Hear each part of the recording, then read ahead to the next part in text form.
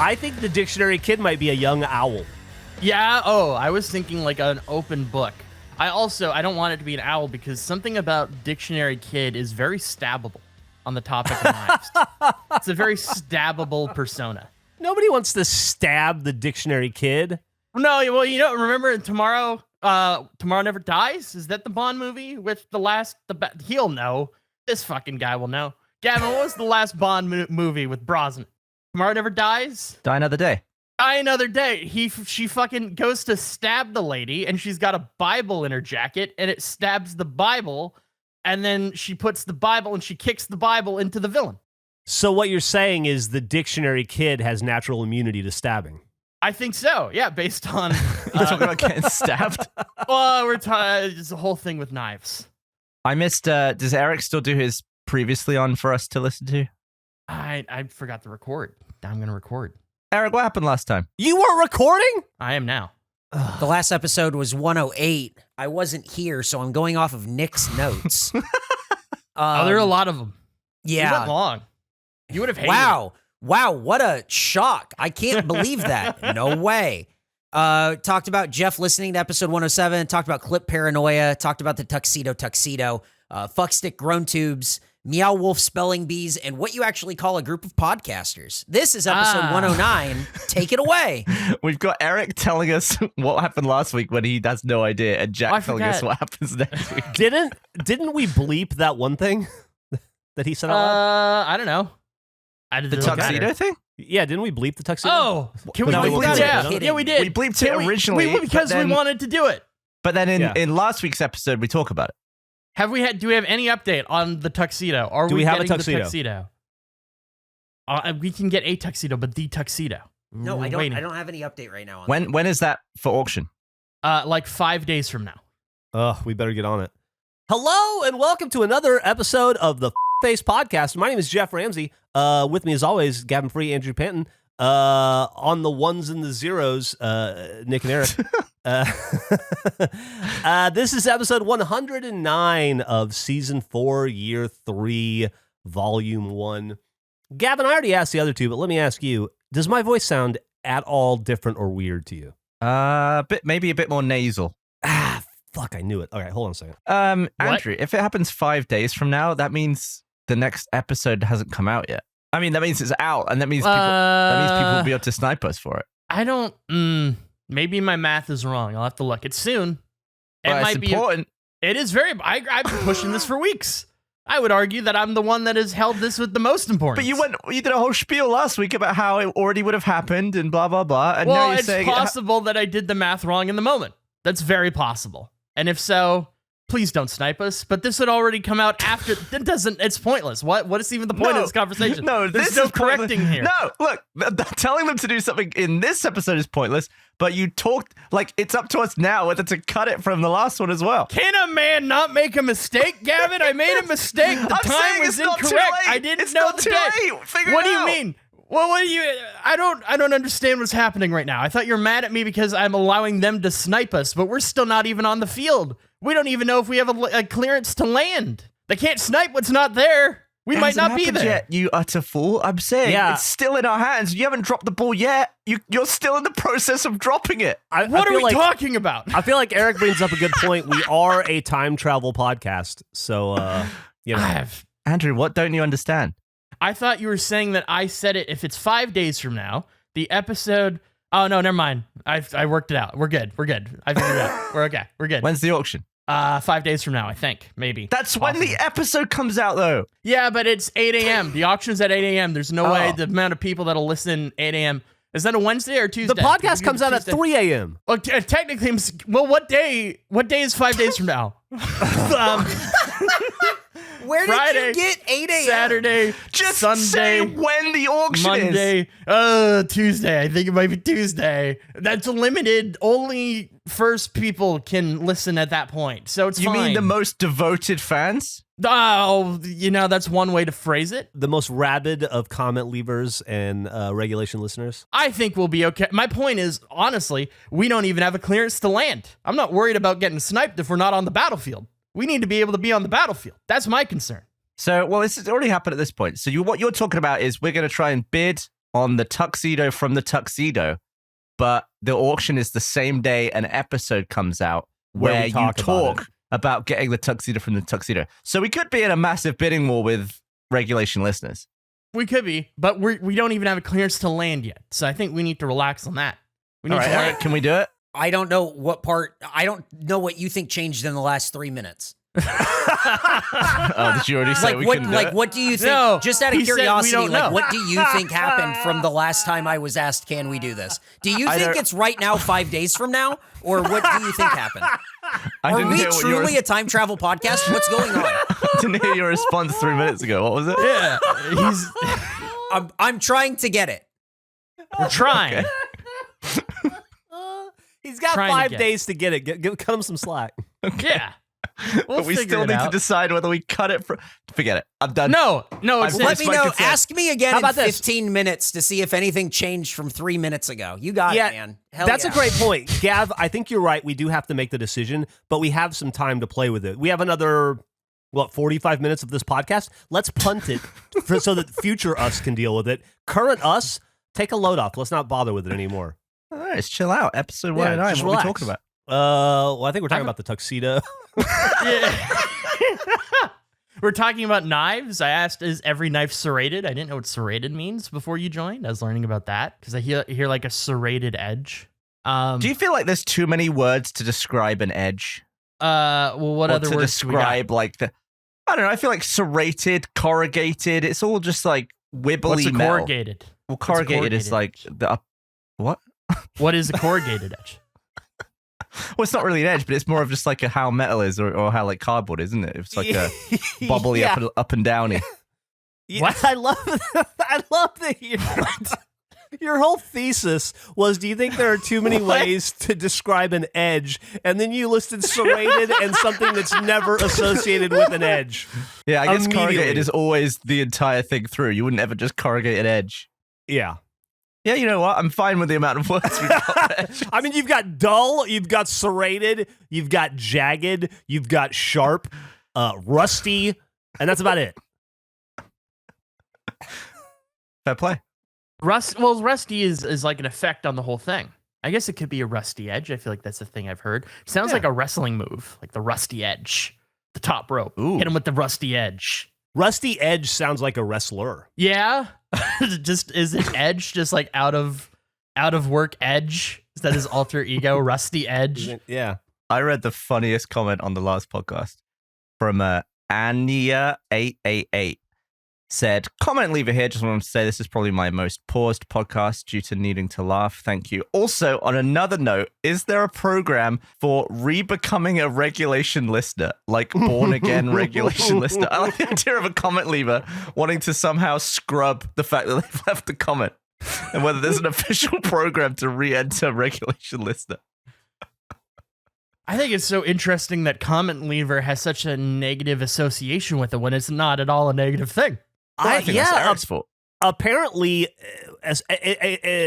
especially considering now that just a fucking human to human conversation is a comment, apparently. So it's like every interaction you've had with another human being in your entire life makes you a comment leaver. So I don't know why people would be so freaked out about being comment leavers. I can't stand my fucking voice. No, it's different though. Eric had a point. It is weird to just go out of your way and leave a comment on other content. But, you know, I'm saying that from being one. So I think it's fine. I turned out all right. Did you? Yeah, I mean, you know, variety of edges. I think you turned out great. You know all the words for edges. I don't think he does. I think he knew one word for edge, and then he knew corrugated metal. I think he was the worst in that regard. What my favorite part about that is I had no idea what corrugated mean, and he revealed that it wasn't an edge. He could have just kept it going. Like the fact I would have never challenged him. You could have told me anything. I'd have no idea. I could have lied to you about edges. You could have absolutely lied. You still don't know what corrugated is, do you? No, I have no clue. All right, Not even the send you slightest a picture idea. of corrugated metal, and you'll see. And you'll go, I told I such know a what that great is. lie yesterday that makes me so happy. We're talking about Thanksgiving, and Canada has a different Thanksgiving than America. It's in October as opposed to November. And they asked, like, oh, so, like, are there any traditional Canadian norms?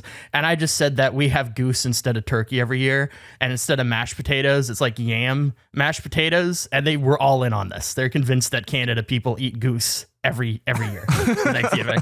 It makes me happy that that's just what they're going to think until they're challenged by it. Can you eat moose? I feel like that would be a really tough meat to eat. Oh, there you go, Andrew. Just posted some. Like a tin That's roof? corrugated metal. That's corrugated. Okay. It's got waves. Got it. So if it has waves, it's corrugated. Yeah. Awesome. I just read what Eric wrote above that. Is that a recent comment? When did he write that? He just wrote it. I wrote it just now. Eric has a tuxedo update. Go ahead. We have approval. Yeah! We need to make it Caveats. There are caveats and details that we can get Jesus. into later. Oh! But we are approved for. What's our credit limit? Well, That's what we got to get into. Andrew said that it takes 6 days to get approved on the website, so we need to get going on that. I assume, Eric, you Go for it. with the credit card and ability. And I what don't is know the how it estimated price? I believe it was 2,000. They was the- estimated going for $2,000. 2 to 3,000. I feel like a lot of the time they massively underestimate. Well, I think it depends on the thing, because I was doing some research. I was looking at other things, and they had like a Zoolander 2 auction, and so many of the items didn't have a bid on them. Like only a handful did. So I don't think the tuxedo from the tuxedo is going to be that high demand. Well, there's also the buyer's premium, which is like a percentage on top of the final sale. So you got to remember about that. Dude, shut up about that stuff. All right. The only people that are going to be buying a tuxedo from the tuxedo are face regulation listeners or comment leavers. I'm convinced. I don't think that there's enough of a large tuxedo following out there. Maybe somebody who wants to backdoor into a Versace suit, and this is how they're going to do it. But I can't imagine people are lining up to get their hands on it. Oh, I bet It does none of the stuff. It. It does none of the stuff it pretends to do in the movie. I guarantee you. Oh, definitely not. And it has giant holes in the back for a harness. It's great. I don't think a caveat has ever been fun. Nobody's been, and there's a caveat, free pizza. Like it's terrible. You never want to hear that there's a caveat. You want like a positive caveat? I want like a little twist. Yeah, caveat could just be like a little positive twist, but it's never used that way. There's one exception. All of the drinks are free. One little caveat, one unexpected twist. Talking about like serrated and learning things, I had a thought yesterday, and I don't know how this works. You don't know how thoughts work? Well, I know how thoughts work. I have plenty of those. Glasses. I had an association of that glasses people wear and drink glasses, I assume, are made of glass, of the same glass, with some differences, I would also assume. Could you have prescription drink glasses? Could you have the prescription of your glasses be drinkable glasses? Yes. Is that possible? Yes. Yeah, that's a thing that could exist. I can't imagine why not. I don't understand the question. Well, because you have glasses you wear, and then people are like, "Give me, I need a glass for a drink." So you're saying a wearable pair of glasses that are like shot glasses? No, just like glasses Just if that you look match through your it, it's the same If prescription. you look through the glass, it's the same prescription as what you wear. Yeah, that makes total sense to me. Yeah, but from how close? Doesn't it depend on the distance from your eye? Does it? I don't know. I also don't know. I'm asking these questions. Does anybody wear glasses here? I'm supposed to, but I just choose not to. Oh, We've so you talked have a about pair. this. Eric does. I do. Eric, does it matter how close to your eyes the glasses are? Well, yeah, because there's like the lenses are like a little bit rounded and like they sit on your face a certain way. So yeah, like like if you ever look through a magnifying glass and then you pull it away from you and it sort of like inverts and goes the other way. It's like okay. So what if the glass, the cup, or the glass? Well, it's not a cup, and I would never touch a glass. But for the purposes of this, you take the glass. It's just like a normal pint glass, but on the inside, on the bottom where you would set it down on the ground, it's concave a little bit, so you can like put it up to your eye. You just put it approximately to where your eye would be, and it functions as glasses. I think that could 100% so you're looking exist. in the underneath of it, not down it. Or through the side, maybe even. Yeah, the side or the bottom is what I was thinking. The side. Yeah, because that could be useful for like reading a menu. You know, like you could be like, oh, I don't need glasses. I'm just going to hold I'm going to take a sip and look at and they might not even know. Because I didn't drink just enough of this Dr. Pepper. I have absolutely dreadful long distance vision, but I just never wear glasses because I feel like I'm only inconveniencing myself. And the inconvenience of wearing glasses, it's annoying. It's annoying for how my nose is. My unbreakable nose does not hold glasses well. So I just go glassless. And I can't see anything at a distance. But up close, if I was a nearsighted person, I think that's the term for it. And you can't see, or is it... I feel like shot glasses are the way to go there, because you could actually wear them as a pair of glasses on the front of your face. And I just Googled it, and I can't see that anyone's invented that yet. But why would you want that? You could take them off your face and do shots if you wanted. Oh, Yeah. But then you could get like alcohol in your eye. That seems like a bad idea. Like the traces of it. Yeah. No, it'd That be on the seems other like side. dangerous. It'd be on the other side. And also, alcohol is sterile, right? It just clean your eyes. Oh, it's the other way. Okay. do Now you I'm mean? on board. This is the only problem is if it rains, you're going to have a real issue. Yeah, It'd be just a real like that. problem on a rainy day. You need to always have an umbrella with you at all times. Just You don't look can't up. risk that. What's that in the sky? I can't look. I wore my wrong glasses today. Can't risk it. I wore my shot glasses today. I can't look Oh, up. I got a little smudge on my glass. I just need to look up for a moment. Hopefully there's a drizzle. I'd love to clean these. Oh, man. The sky is your dishwasher. I hope somebody makes those. That would have been a good uniform if we were in our pitching phase. Oh, yeah, we could, hold on to that. By the way, that's being copywritten right now, TM registered, and we're filing for the patent for it right now over at Uniform. Don't worry about it. Don't get your grubby little hands on it outside of Uniform Industries. We're taking care of it. Speaking of stuff I wanted to make that we're probably not going to make, I thought it would be really funny to make a Vibe Inspector shirt, but everybody reminded me pretty quickly that it just sounds like one of those like spring break female body inspector shirts, and so I guess we're not going to do it. Did we talk different. about that last time? I think we did. Well, we'll just cut this then. Oh, no, you can't cut it. I didn't remember that. You gotta keep it in. Oh, we hadn't talked about it with Eric. That's not your fault, Jeff. That's Eric's fault. He didn't Yeah. recap enough. Yeah, it This wasn't is a Eric's recap. Yeah, hey, Jeff, I'm so sorry. Hey, man, that's okay. Let's not make the shirt, though. Because the Vibe Inspector was in reference to a house, right? Like Like a home come and inspector, just- yeah. I feel like, but maybe that's just like a culture journalist at that point. Are they vibing? Like, I feel like you could go beyond just houses. You could do music and movies and Well, one would assume, sorts of yeah, you'd things. be able to branch out. like a sommelier of vibes for all sorts of scenarios. A Like, vibe you're sommelier. Now looking- that's a vibe interesting. sommelier. Yeah.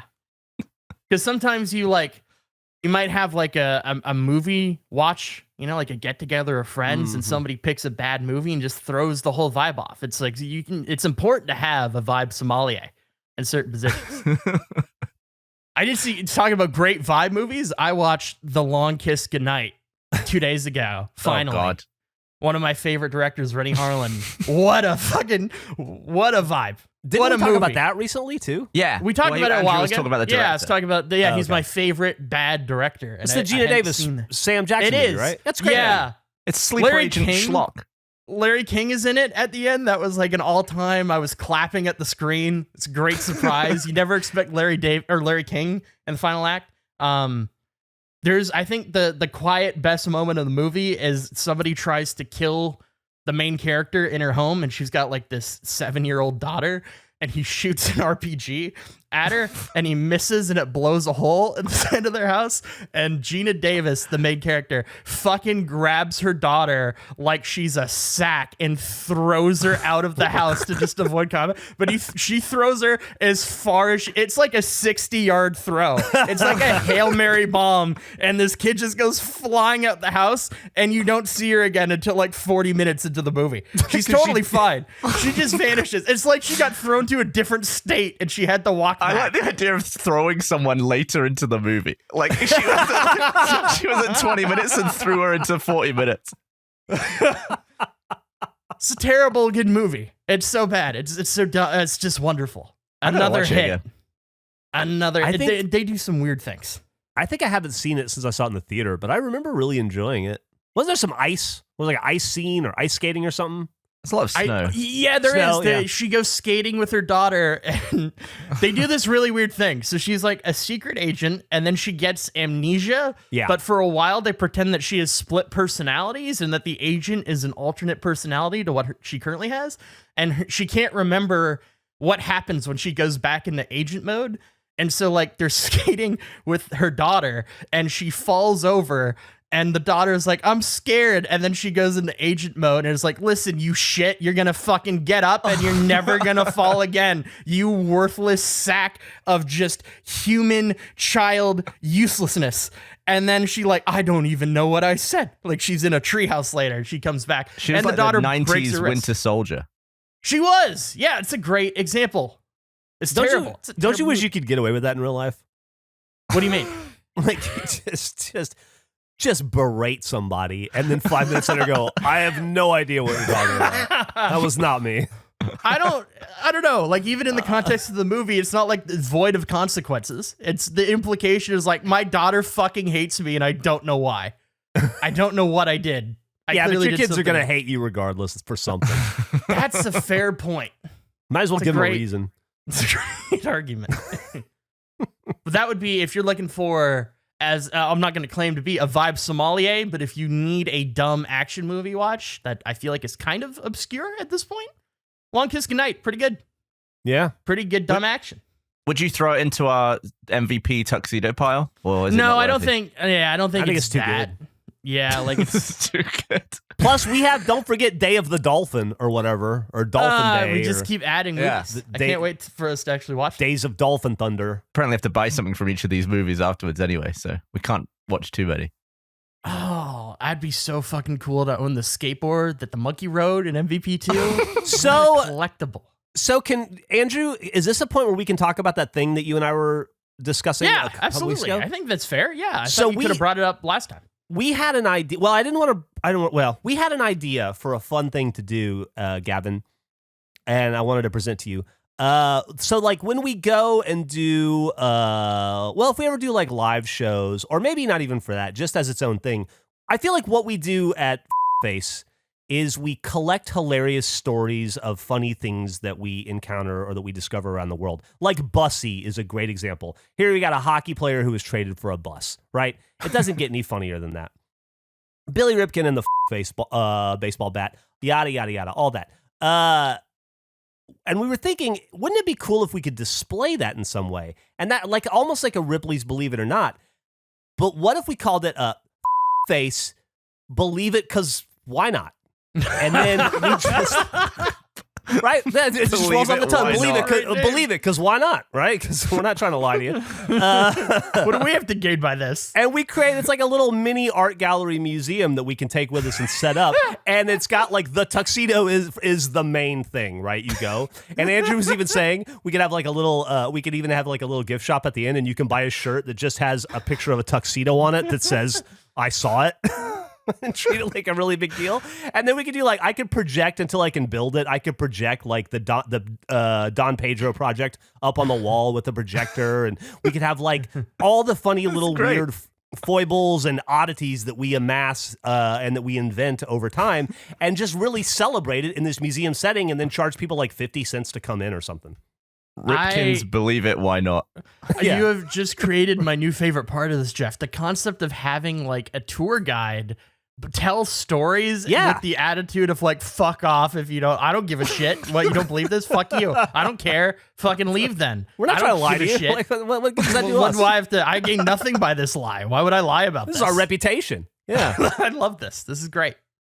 Anyway, we just thought that would be, we're just amassing so many funny little things. Like someday maybe we could get a piece of the bus, and then we could put it up on like on a pedestal, and then have the story, and you could get like a little, put headphones on and listen to Andrew tell the Bussy story, or have an aggressive tour guide explain it to you. I never even considered that bus might still be out there. That bus probably exists in some form somewhere. Dude, I'd love to track that bus down. I was thinking along similar lines. I was watching The Price is Right the other day with Emily. Not like new Price is Right with Drew Carey, but like an old ass, like 80, it was like 83 with, there's like a Price is Right channel that's always got it on TV. And with Bob Barker, it was when he was still old, even in like 1980, he was still old. Phenomenal. It's in some ways he looked older in 1983 than he did in Happy Gilmore. I don't know how he did that. But anyway, and you see people win like a Pontiac Fiero, and then you think like, is that still out there? Like, is somebody still driving around that award vehicle? Is somebody still using a jet ski or a bedroom set or an electric toothbrush? Probably not. But, you know, or like lawn furniture, or you know what I mean? Or like a hot tub. Surely something somebody won on a game show in like 1987 is still in use and turned out to be like the best winning ever. You can't throw away something that you won on television unless it's like a built-in kitchen or something that just fell apart. I think almost all of that stuff goes away pretty quickly. I think people get rid of it almost immediately. I also feel like, isn't there a thing where you have to pay for like... You have to pay taxes. You have to pay the taxes on it immediately to get it. So I wonder how many of those are like, you can either have this hot tub or a prize amount of this value. Like it's a very American thing to pay tax on a prize. I think it's the same with the lottery, isn't it? Whereas an English lottery is just you get a load of money.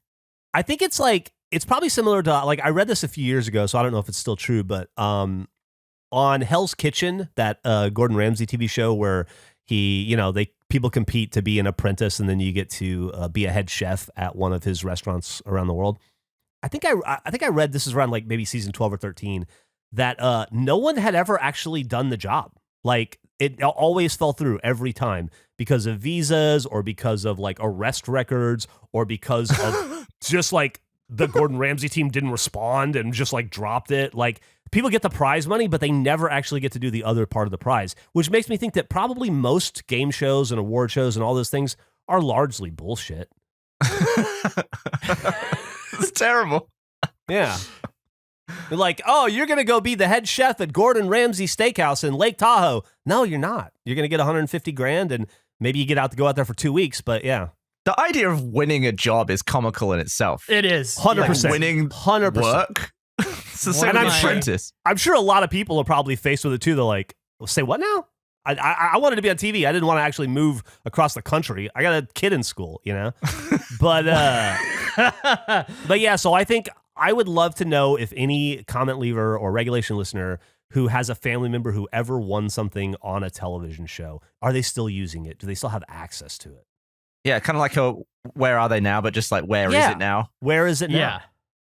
Speaking of winning a job, Richard Branson tried to do his own version of The Apprentice in like the early thousands, and I loved it. It was ridiculous, where it was like all these executives and somebody's going to become some sector of Virgin or something, like they're going to be high up in the company.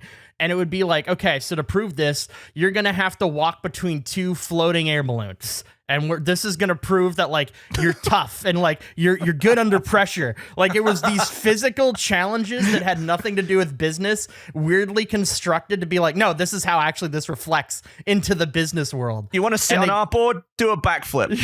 Yeah. And so they get to the finale and he's like, congratulations, you've won, but there's a twist. The prize amount is $500,000. I have this coin. We can flip a coin, and if you guess what side it will land on, you will get $1 million. Or you can just take the current prize money as is. If you flip and it's wrong, you lose everything, or you can double your money, essentially. Take the money. And the guy, like, they went to a commercial break to try to build tension. Like, this is like a 15-minute... He was talking to other contestants about it. They really built it up. And then he's like, you know what? Like, I really appreciate, obviously $1 million is awesome, but it's just too much to risk. And then he said no. And Richard Branson was like, you're a genius. You passed the final test. If you would have said yes, you would have lost everything. Because it's important to know in business when you should and shouldn't take. Like, it was a complete bullshit twist. I always wondered if he said yes, like, would the show just end with no winner? Because he beat somebody else. Or would they reshoot it? Richard Branson would have said, you just passed the test. To truly succeed in business, you have to be fearless. You have to take risks. Whether you win or lose this coin flip, it shows that you've got the balls and the moxie to be a CEO or whatever. It was designed to win anyway.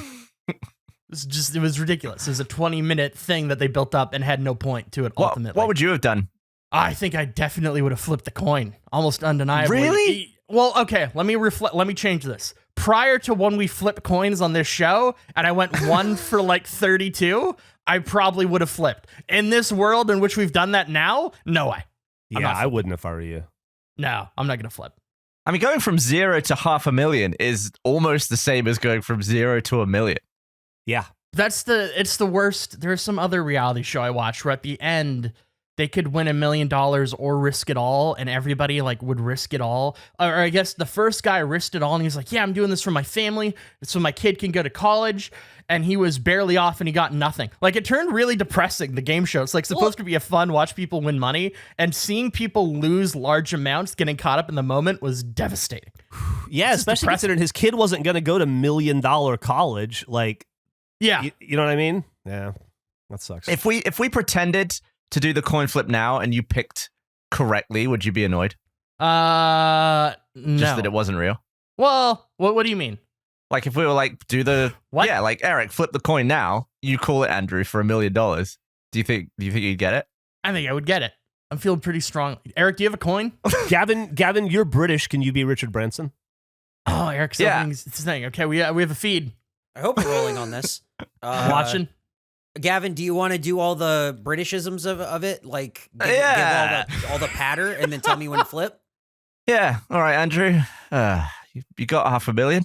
Want $1 million? You got to flip a coin. Over to Eric. I'm tails. I'm going to go tails. It's going tails? It's always tails. This is heads. Why'd you have that coin? Because it's from some other time we flipped coins. Okay. There was another thing in the show where we flipped coins. Yeah. This is tails. Okay. It's a bird. The other one's JFK. It's a real coin. Okay. It's a real coin. I'm going to catch it and then flip it over on my hand. And Yeah. we'll see. Okay. It's for you, so I'm explaining. Yeah, I appreciate it. No, And you're pre-calling heads. You're not calling it in the air. Interesting. I'm calling tails. I think he called tails. That's I'm what I calling meant. tails. Jeff, please confirm that he called tails. Jeff, Wait a you second. have to say that he called tails, and then we can do this. He please. called tails. I wasn't paying attention, but I'll agree with you. He paid more attention than I was, apparently. Okay, here we go. Okay, he's flipping the coin. He catches the coin. What is it? What is it? It's heads. Oh! Okay. Well, See, I was subliminally trying to get you to go heads. I just, double. I Can felt we do like double or nothing? Can we, hey, Richard? Can we do double or nothing? Because I that's actually the end of the need- show. You've been taught a I could valuable really lesson use- about business. I don't even have a plane ticket home. Roll the credits. I'm going to space. I like that we Branson. start season 2 and I'm still just on the premises trying to leave. I have no money. Just stuck there. Can I have the coin for bus fare? That was a really good Richard Branson, Gavin. Thanks. Yeah, really pulled that one out. I always forget what a natural actor you are.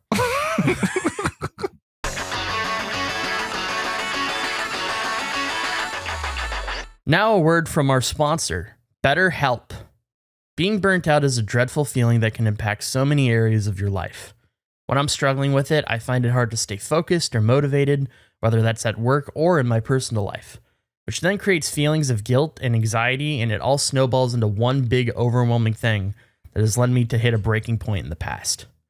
BetterHelp Online Therapy wants to remind you to prioritize yourself. Therapy is something that has helped me tremendously in my life sort through all sorts of issues, including being burnt out. Being able to talk with someone and sort through those feelings has had a massive impact in my life, so I would highly recommend therapy. BetterHelp is customized online therapy that offers video, phone, and even live chat sessions with your therapist, so you don't have to see anyone on camera if you don't want to. It's much more affordable than in-person therapy. You can be matched with a therapist in under 48 hours, and our listeners get 10% off their first month at betterhelp.com/face. That's betterhelp.com/face. betterhelp.com/face. With all the daily responsibilities we have between our personal lives and work, it can be so challenging to find time to focus on the things that really matter. And that struggle is even greater if you're running a business. When you run a business, time seems more precious. Every misplaced moment feels like a missed opportunity, a lost chance to make your business better, or even just to step away and recharge. ShipStation is a fantastic service that simplifies a time-consuming process, giving you more time for yourself. With all the free time I'd have, I could track down and buy every tuxedo. All those annoying manual shipping tasks eating up your time, ShipStation is really good at those. So let ShipStation handle all your shipping and handling, and you can get back to the things you're good at, like growing your business. In fact, 98% of companies that use ShipStation for a year keep using it for as long as they're in business. It's time to let go of all those shipping tasks. ShipStation can do it better and faster. Sign up using promo code FACE for a free 60-day trial today at ShipStation.com and start saving time with every shipment. That's 2 whole months of shipping made quick and painless, and it's free to try. Just go to ShipStation.com, click on the microphone at the top of the page, and type in FACE. ShipStation. Make ship happen. Bird dogs have completely changed the game. Bird dog shorts, pants, and joggers are made from the finest high-quality materials and come with built-in liners that cradle your stovepipe for all-day comfort. Who the fuck likes being uncomfortable? If you're not wearing bird dogs this summer, you probably poop with your pants on. It's time to upgrade to the shorts and pants of the future. Your balls will thank you. Bird Dogs makes extremely comfortable shorts, joggers. They're great. They look fantastic. It's an awesome product. Go to birddogs.com, enter promo code FACE, and they'll throw in a free Bird Dogs Yeti tumbler. They found Yeti's $90 tumbler, copied it, and now Bird Dogs is giving it to you for free. That's birddogs.com, promo code FACE, and boom, a free Bird Dogs tumbler with your pair of Bird Dogs. You will not take these things off, I promise you. He's in space now, right, Richard Branson? He's one of the space guys? Right now? Well, not like right now, but I feel like he was one of the, I feel like since like the mid-thousands, he was like, I'm going to space. We're going to have space travel. Is he doing that yet? Is that a thing? Yeah. Okay. You can just go to space through Richard Branson. I mean, if you're a billionaire, you get to go to space. Yeah. I feel like I would have to go on his airline before I trusted him to take me into space. I wouldn't trust it. You know how many billionaires die in like a helicopter crash? It's just even more risky than that. Is it more than there are words for edges to describe edges? Because if it's the same measurement, we got like one. I will say, I'm okay with the risk. To be fair to billionaires and helicopter crashes, they do. I think you're right. Like super rich people die in helicopter crashes more, but it's also because they take like incalculably more helicopter rides than we do. That's true. Like if you take 10,000, like if you take a helicopter ride 4 times a day, every day, I mean, yeah, eventually maybe you're going to crash, but I think that the percentage is probably about the same. Yeah, I'm sure statistically it's safer than a car, but it's just how the rich die a lot. Yeah. Unfortunately. Is it how they die a lot? I don't know if that's statistically accurate. Also, it's the only version of Let's Be Fair to Billionaires that I can get behind, Geoff. When you first open that as a meet, like, what are we fucking talking about? And you're like, helicopter crashes. I'm not saying they're good people or anything. I'm just saying they fly in more helicopters than we do, so they have a higher chance. You're going to notice more billionaires crashing just because they're the only ones taking the helicopter rides. When was the last time you rode in a helicopter? 3 weeks after Kobe Bryant died. Emily and I were on vacation in Hawaii, and the hotel we were staying at had the Magnum Pi helicopter. You could rent it for helicopter rides. And so we rented it. And then they were like, for extra money. Have I never told this story? No. Oh, okay. Well, shit. Let me tell it then. I hadn't prepared it, but so Emily and I are staying at this. It's actually at the place where they did Forgetting Sarah Marshall, I think, if I'm remembering correctly. And at this place, they have helicopter rides. And I found out later that Emily had been navigating as far away from the helicopter rides as possible every time we went anywhere without me knowing it, because she was terrified I would see the helicopter and want to take a helicopter ride, because she deathly did not want to. I found that out about a month ago. This was in 2019. So it was like the reverse of swans. Yeah, it was like the reverse of swans. So apparently she had been walking the long way around to get to stuff so that I would never see the helipad. And like I said, she just admitted that to me like a couple months ago.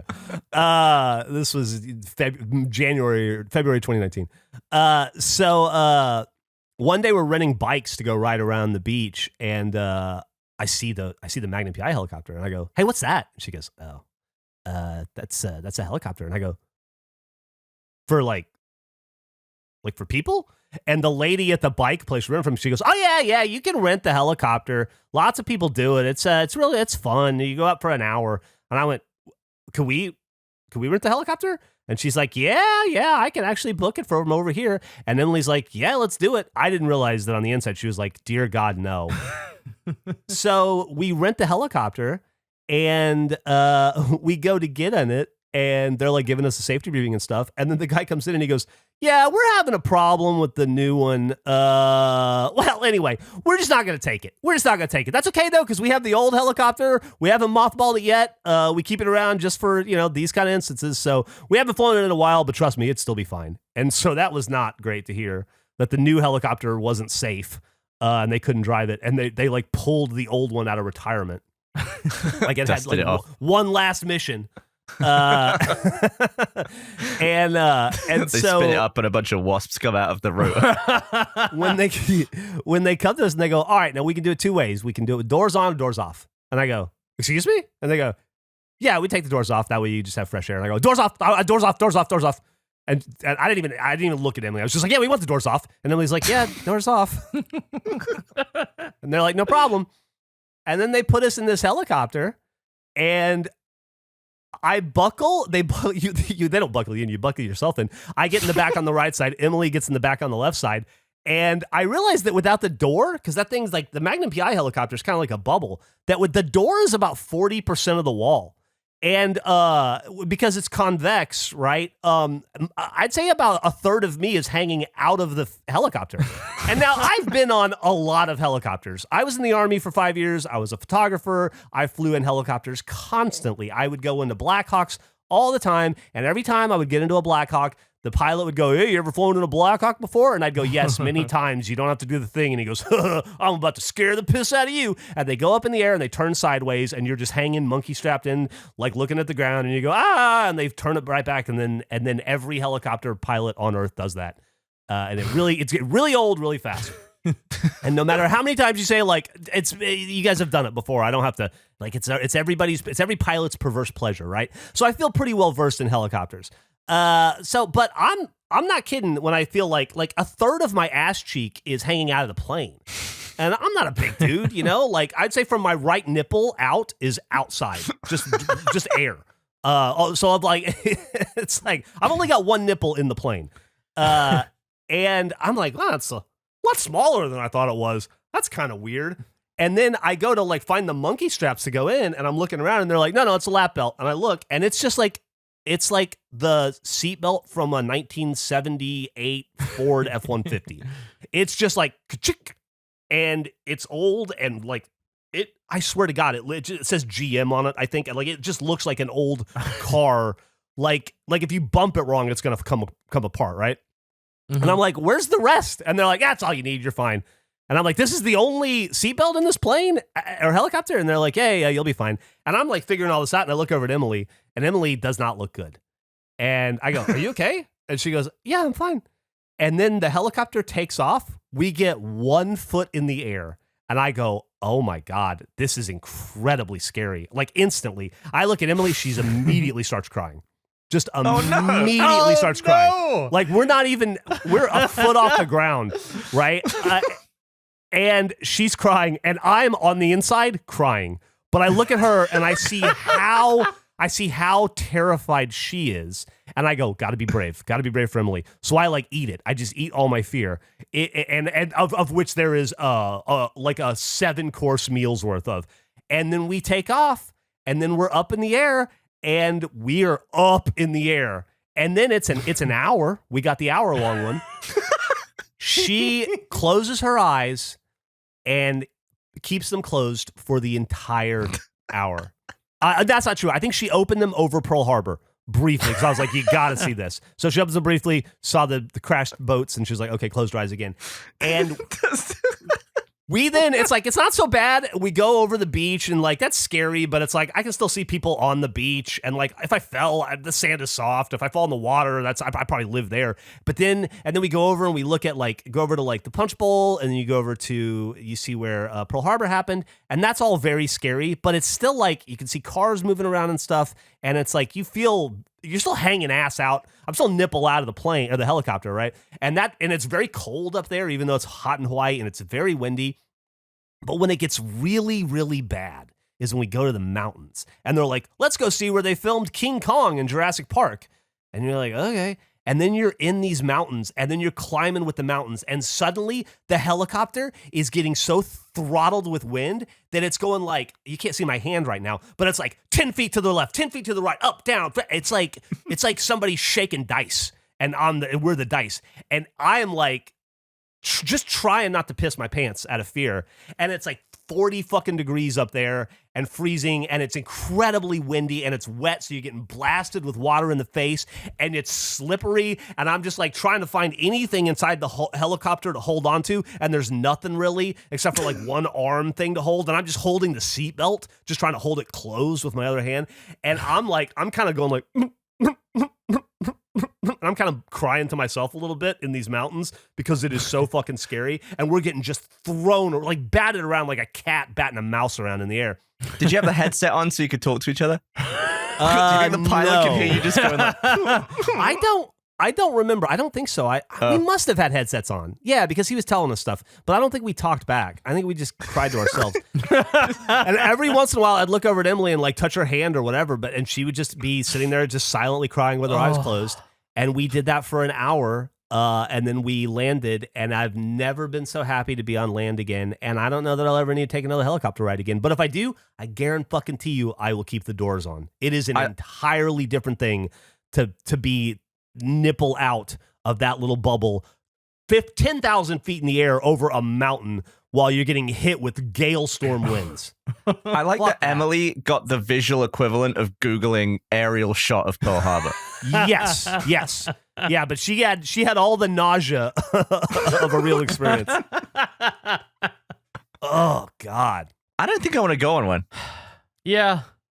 I don't think I've ever been on one, and I don't really have an interest. Very different experience in an enclosed helicopter versus that one that I was on.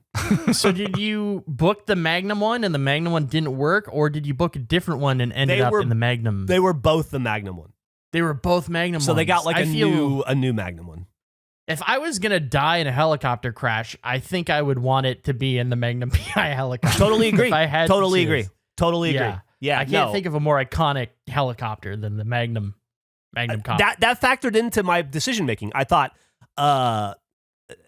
tragic that the Kobe thing just happened, right? Obviously, but what a better time to ride in a helicopter than right now, because every pilot has got to be extra safe, right? Like it's on everybody's mind, so everybody's probably being really self-conscious and conscientious and really safe with like all the protocols and everything.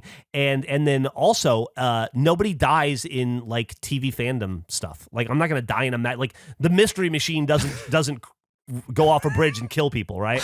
Like I'll be fine. Because it's the Magnum Pi helicopter. And so that led me to make that mistake.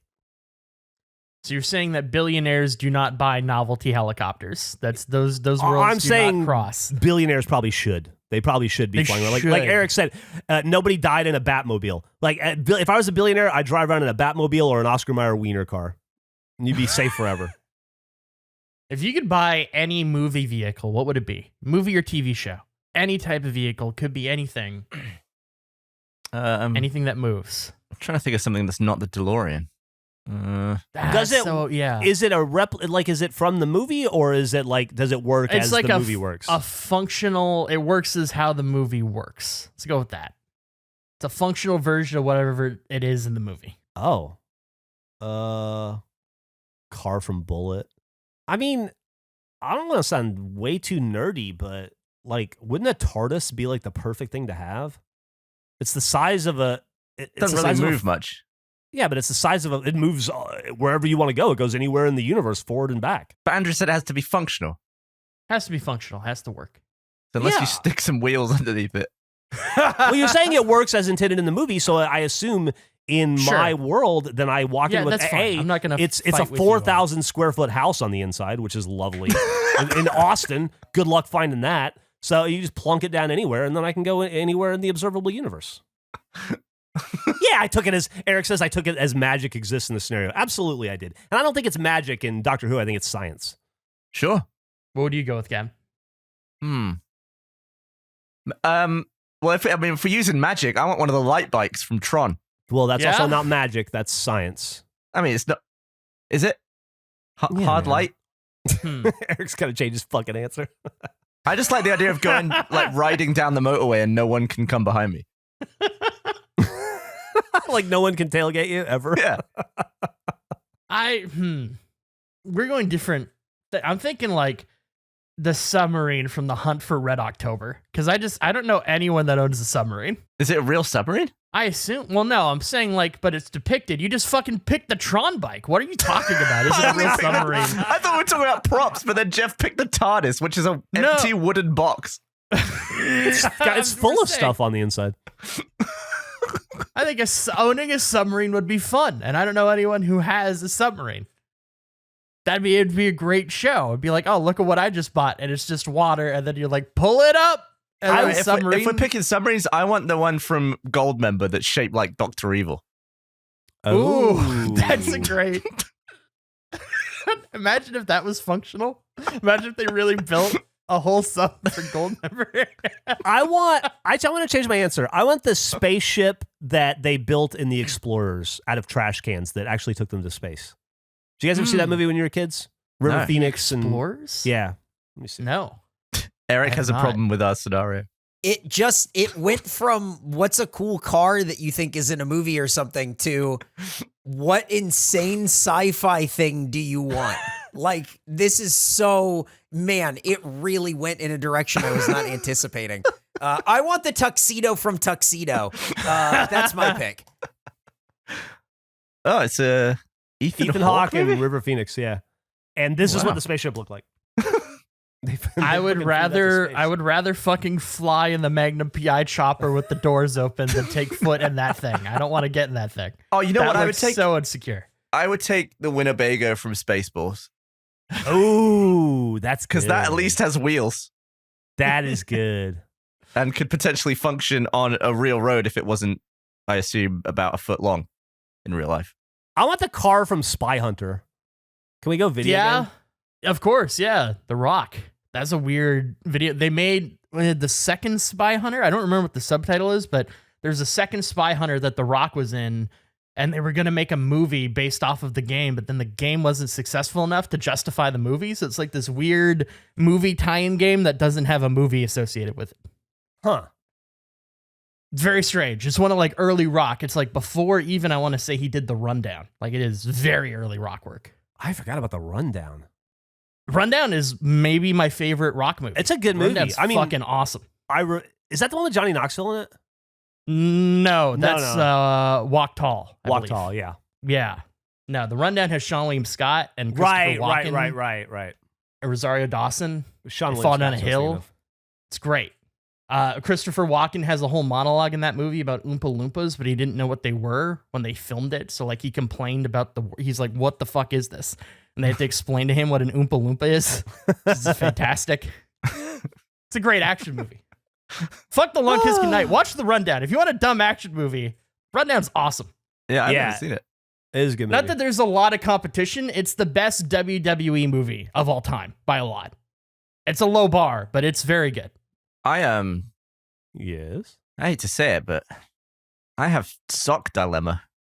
Oh no, we can't do this again. Gavin, really fucking time travel podcast. You've come to the right place. How can we help? Yeah, I figure this is the correct support group for the problem, but I really am annoyed that I've got that problem. Wait, time out. One sec. Without knowing, we in the same episode, we literally flipped the coin and are now doing a sock story. We had an actual coin flip and a sock story. It's a time travel podcast. This is so stupid. Sorry, go ahead. I just had to put that out. We've done this before. What is happening with your socks? So I bought some new socks. I bought a 3-pack of this type of like more breathable sock. Just because it's hot. I wanted a summer sock. And I put on this new type of sock that I've never worn before, and it was phenomenal. I really enjoyed putting it on. Like, it went on well. It feels nice to walk around the house. Feels good in a shoe. I thought, this is a great sock. I'm going to buy a 10-pack of these socks. And it got to the point where, like, while I was waiting for these socks to arrive, occasionally these new socks would be in the rotation. Like I'd go back and forth between a new, nice, fresh sock and then my old socks. And it got to the point where I was like, I always have a good day when I wear a nice new pair of socks. And it was getting to the point where I have an okay day or a shit day on the old socks. And every time I wear a new one, it was great. And then the 10-pack came and this continued. I was like, wow, I pretty much, and it was subconscious at first, but it actually got to the point where I was like, well, I need today to go well. So I'm going to put on one of the new pairs. And this has continued to work probably for the last 3 or 4 weeks until last week. I put on a new pair and had a shit day. And I thought, uh-oh. And then I started to try and analyze it. Like, is it because it was red? Like, I'm just in a weird, it's like, it's so subconscious. Like, it's not a real decision I'm making. But now I'm avoiding the red ones. And I think I've just become, I've become everything I was making fun of when it came to Geoff. Because socks don't matter. It's all bollocks. It's all superstition crap. But I have a bad day when I wear the red good sock. But you used to have a good day when you wore the red good sock, right? Well, I just used to not notice. But now that I have had a bad day of the new socks, I'm actually picking up that pair of socks every day and putting it back. Do you know what you need to do? You know what you need to do, honestly? You need to get rid of that pair of socks. You used up the good in those socks. All the luck is gone. You think I should just bin it? It was like a $14 pair of socks. It'll never be good for you again. You're never going to enjoy them. You don't recharge socks. That's what I've been thinking. I'm like, do I just avoid this pair of socks or do I try and cleanse the socks by basically picking like a day where I would go to Disneyland, or it's like you couldn't lose the day and put on the good socks. Like a guaranteed. What do you have? Oh, I don't know. I just feel like if there's a day where up front you know it's going to be an absolute corker, do I put on the bad socks and potentially tarnish the day, or do I cleanse the socks of evil? Your entire belief that it's impossible to have a good day with the socks on, like, I don't think your logic doesn't make sense. Yeah, I don't know how any of this works. I was hoping that you guys would have suggestions. That's difficult. It's like, which came first, chicken or the egg, right? Like, it is. Is the negativity of the sock, does it outweigh the power of a guaranteed good day? This is dangerous stuff you're dealing with here. I mean, I have a lot to go over. I mean, it's $14 fucking. How? You can donate them. Donate them, man. Who wants a used pair of socks? A lot of people. You can donate. Yeah, you can donate clothes. What are you a lot of people could use, especially a pair of socks like this. I thought socks and undies were out of the question for donation. Oh, I don't know. Are they? I don't know. I just feel like socks would be fine. I mean, is a good day worth more to you than $14? I guess so. There's somebody out there that would you pay $14 to avoid a really shit day? I would. I think I would too. That's a good point. Yeah, I would probably get rid of those socks. They're only going to hurt you. Unless we come up with like a uniform cleanse bag or something where... Listen, now that's a possibility too. I like the idea of trying to reach, I know I just said it was impossible, but I don't think anything's really impossible. Is there a way to like re-imbue these socks with good sock luck? I have no idea. I wouldn't even know how to begin that. I'd be open to suggestions from the audience. And I also think I just enjoy it because I'm about as skeptic as they come with all that nonsense and like healing and astrology and all that shite. I like the idea that I'm now pushing for one of those items to be made. You're evolving. Knowing you, when you said, so then I wore them and I had a bad day, I expected you to be like, and that ended that bullshit fantasy thing that I've been living in. And instead you pivoted and said, and that's why I've stopped wearing red. Well, like, here's the thing. Completely out of character for you. Andrew.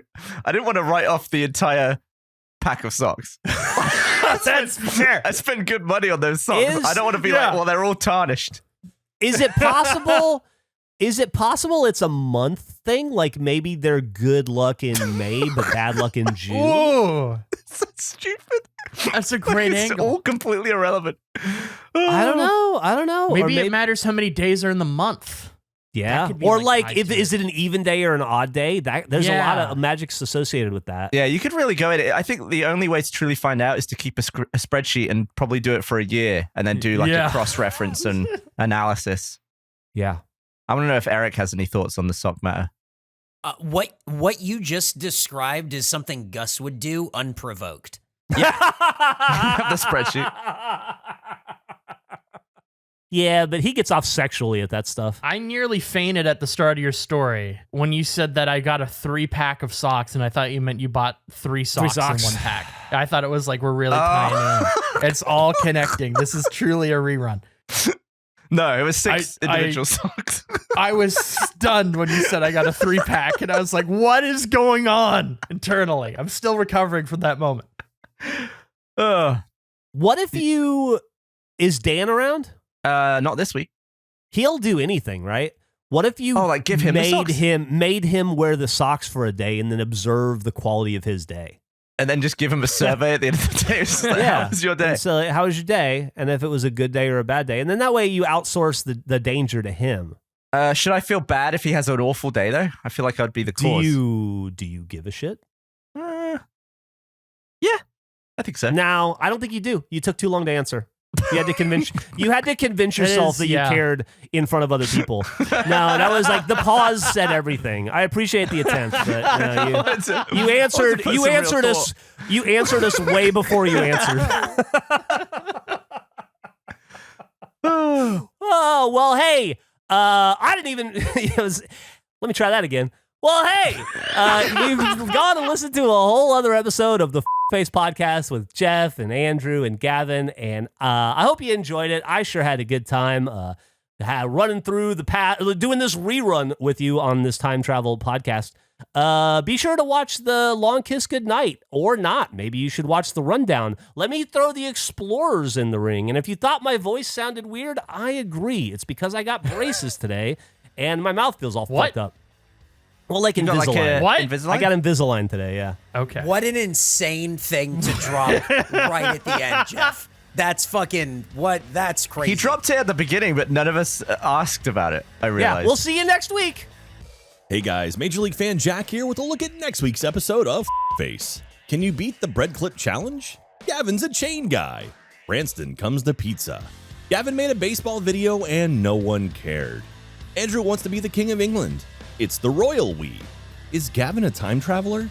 And once again, Andrew does not eat the pencil. All that and more on next week's episode of Face.